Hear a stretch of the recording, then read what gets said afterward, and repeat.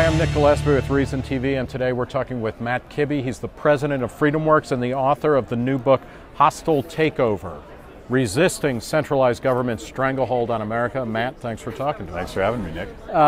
You are following up on a previous book. Tell us why we should be reading Hostile Takeover.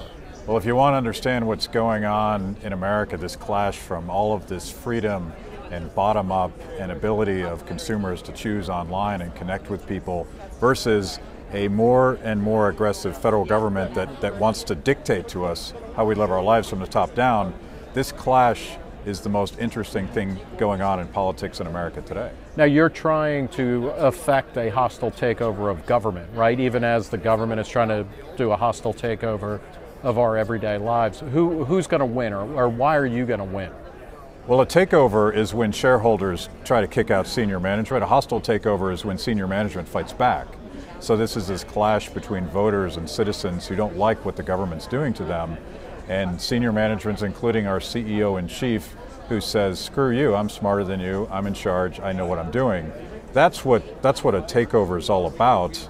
And it's got to be done from the bottom up. I think all of these forces of decentralization are empowering voters to do things they haven't been able to do before. Talk a little bit about that. Like, what are some of the specific things? And you know, obviously we're in an election season. Part of the problem here is that Barack Obama is very much a throwback to a kind of best and the brightest, technocratic, trust me, I'm in charge mentality.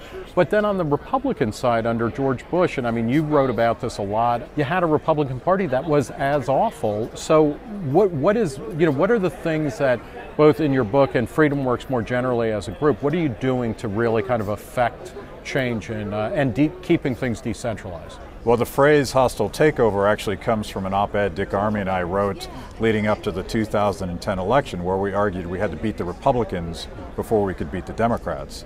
And I think that's part of the Tea Party ethos. We understand that Republicans helped get us into this fix, and that's why we play a lot in the primaries. It matters. Is the Tea Party a vital force in this election? I mean, clearly they energized things in 2010 and they taught the Republicans a lesson. But then when you look at somebody like Mitt Romney, when you look at John Boehner or Mitch McConnell, have they really gotten the message that they need to be in favor of much smaller government, more decentralized government, more individual empowerment? You know, it's a little bit like Groundhog Day. I feel like we keep teaching Republicans the same lesson over and over again.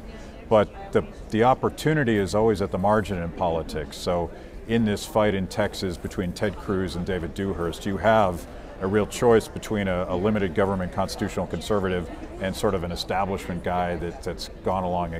What are some of the other primaries or races that you think are particularly open to change and to limited government Tea Party style candidates? Well, obviously the marquee race was the takedown of Dick Lugar, replacing with Richard Murdoch, and it demonstrates the rule here.